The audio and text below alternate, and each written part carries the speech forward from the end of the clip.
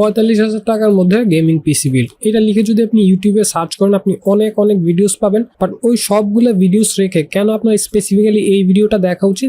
এই ভিডিওটা আপনার দেখা উচিত কারণ এই ভিডিওতে আমি আপনার 45,000 টাকা বাজেটে কোন কোন কম্পোনেন্টস গুলো দিয়ে পিসিটা বিল্ড করলে আপনি সবচেয়ে বেস্ট ভ্যালু ফর মানি পাবেন, সবচেয়ে বেস্ট গেমিং আউটপুটটা পাবেন 45,000 টাকায়, সেটা দেখাই দিব। Let's get started. শুরুতেই প্রসেসর হিসেবে থাকতেছে ইন্টেল 10 জেনারেশনের কোর i3 প্রসেসর। এটা দাম হচ্ছে এখন মাত্র 8,300 টাকা।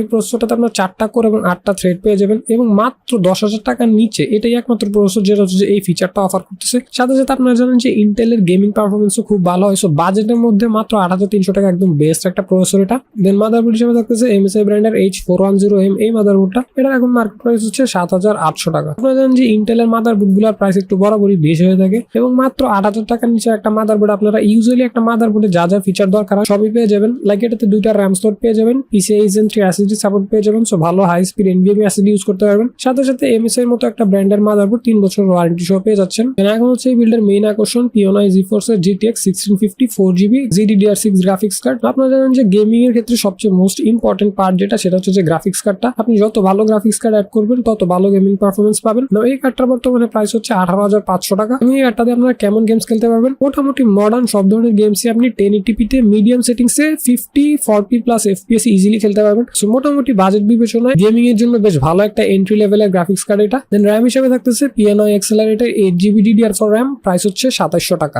সবচেয়ে কমের মধ্যে 3200 মেগাহার্জের আপনার একটা RAM পাচ্ছেন, যেটাতে আবার ভালো মানের হিটসিংও পাবেন এবং সাথে সাথে লাইফ টাইমের ওয়ারেন্টিও পাবেন। সো মাত্র 2700 টাকা একদম চোখ বন্ধ করে এটা নিতে পারেন। দেন SSD হিসেবে থাকতেছে HP X900 এর 250GB SSD। এটা হচ্ছে যে বাংলাদেশের একটা জাতীয় SSD, কারণ এটা দামে যেমন কম ভালো একটা ব্র্যান্ডের পেয়ে যেতেছেন, ভালো স্পিডও পাবেন এবং এই SSD এর সাথে হচ্ছে আপনার 1300 থেকে 2100 mbps স্পিড পাবেন, যেটা হচ্ছে মোটামুটি ডিসেন্ট পারফরমেন্স অফার করবে। সাথে সাথে 3 বছরের ওয়ারেন্টিও পেয়ে যাবেন। দেন পাওয়ার সাপ্লাই হিসেবে থাকতেছে ডিপ কুলার DN 400 ওয়াটের 80+ সার্টিফাইড একটা পাওয়ার সাপ্লাই, প্রাইস হচ্ছে অনলি 2600 টাকা। আপনারা জানেন যে রিসেন্টলি পাওয়ার সাপ্লাই গুলোর দাম অনেক বাড়ছে, তো সেই বাজারে হচ্ছে যে মাত্র 2600 টাকা 400 ওয়াটের একটা পাওয়ার সাপ্লাই পেয়ে যাচ্ছেন। এবং যেহেতু GTX 1650 কার্ডটা খুব একটা পাওয়ার হাঙ্গ্রি না, সেহেতু হচ্ছে যে 400 ওয়াটটা দিয়ে একদম ইজিলি চালিয়ে নিতে পারবেন। সাথে সাথে একটা প্লাস পয়েন্ট হচ্ছে এটার সাথে আপনারা 5 বছরের ওয়ারেন্টি পেয়ে যাবেন। তো মাত্র 2600 টাকায় 5 বছরের ওয়ারেন্টি সহ 400 ওয়াটের একটা এক্সিলেন্ট পাওয়ার সাপ্লাই। এবং সবশেষে ক্যাসিং হিসেবে থাকতেছে ফ্যানটেকের হেক্সা 8GB mid tower casing, price হচ্ছে 3100 টাকা।